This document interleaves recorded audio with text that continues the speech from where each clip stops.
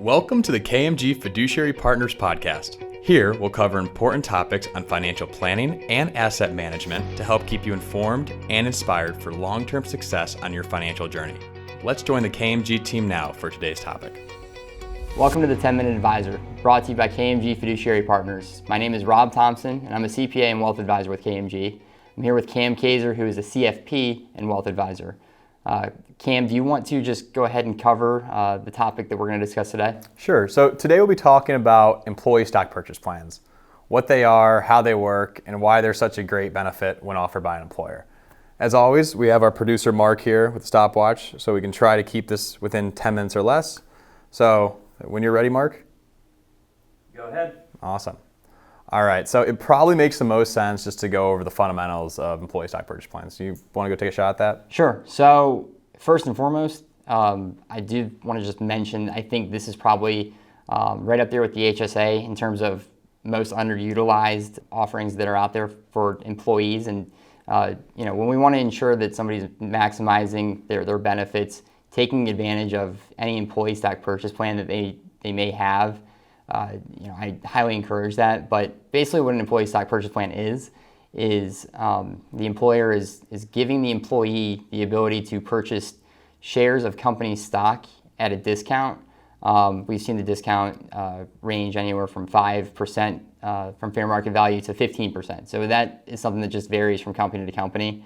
But I still think it's a great deal. If we think about it, how often are you getting a discount on anything, right? Much less, something in the equity market. So it's a pretty darn good deal there. But the way that an employee stock purchase plan works is, and it depends on the company, but each company is going to have what they call the offering period, which is essentially a window in time that's the employer is going to take some of the funds from your pay stub and kind of put them off to the side and hold them until that offering period or that window closes.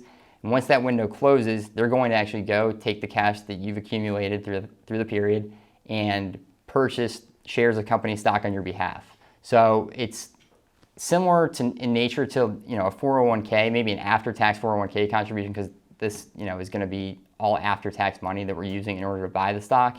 However, when those shares do get purchased, you can do really whatever it is that you want to do with them, assuming that you're not restricted in any way.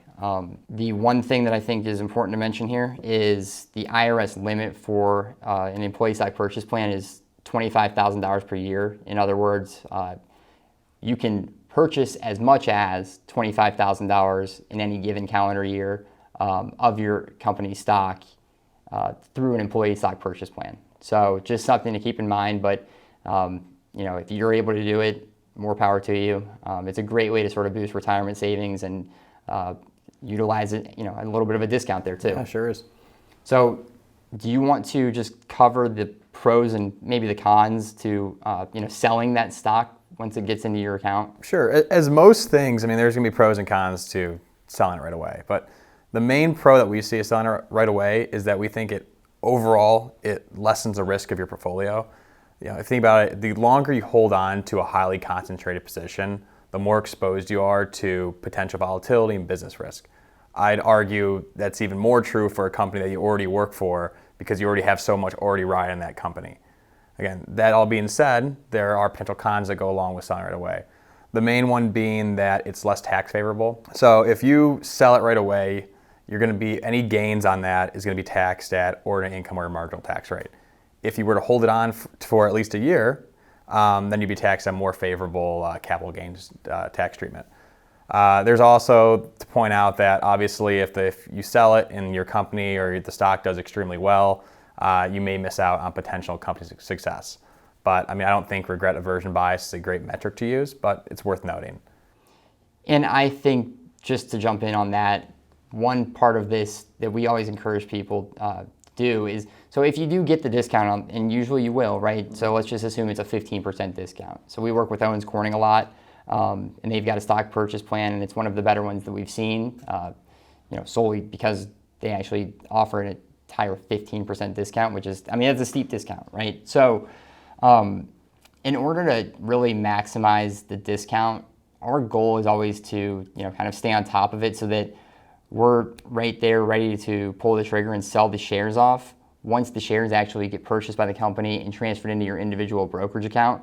Because any lapse in time there, all we're doing is subjecting ourselves to market volatility, and it's just as easy that the 15% discount can get wiped away in a week because bad news comes out or whatever the case may be. Exactly, and it's not guaranteed to lock that in, because there may be a window in which they're technically yours but they're not transfer your brokerage account where you can't sell it.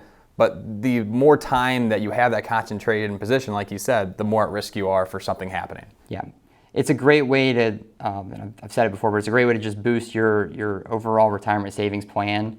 And I highly encourage people also to make sure that once they do jump in there and sell those shares off, to get diversified, because we already have a lot riding on the success of that one company. Right? Exactly. They're paying your salary, they're paying, realistically, they're paying for medical benefits, or at least a large portion of them, any bonuses maybe.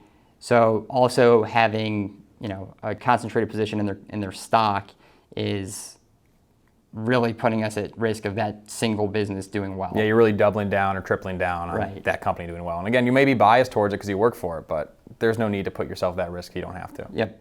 So do you want to cover anything else on stock purchase plans, or do you think we covered it? I think we're good. I would just say that every plan is a little bit different. Now, they are relatively similar in nature, but when it comes to things like offering periods, I've seen some companies, they do 2 windows a year, others do 4 windows a year, right? So it varies from company to company, along with that discount that I was talking about on the fair market value of the stock when they purchase it. But overall, I would say that the best thing that you can do is, first of all, just enroll and set aside some money in it, and you'll thank yourself later. But if you have any questions or anything like that, reach out to us or a financial professional, just to make sure that you're maximizing all these benefits that are made available to you. Absolutely. Can you hit the stop button on that?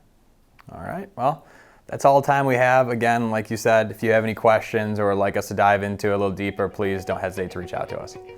Thanks for joining us for this edition of the KMG Fiduciary Partners podcast. We invite you to catch the next episode in our series for real-world advice from the KMG team. Follow us on LinkedIn at KMG Fiduciary Partners, where we'll keep the conversation going.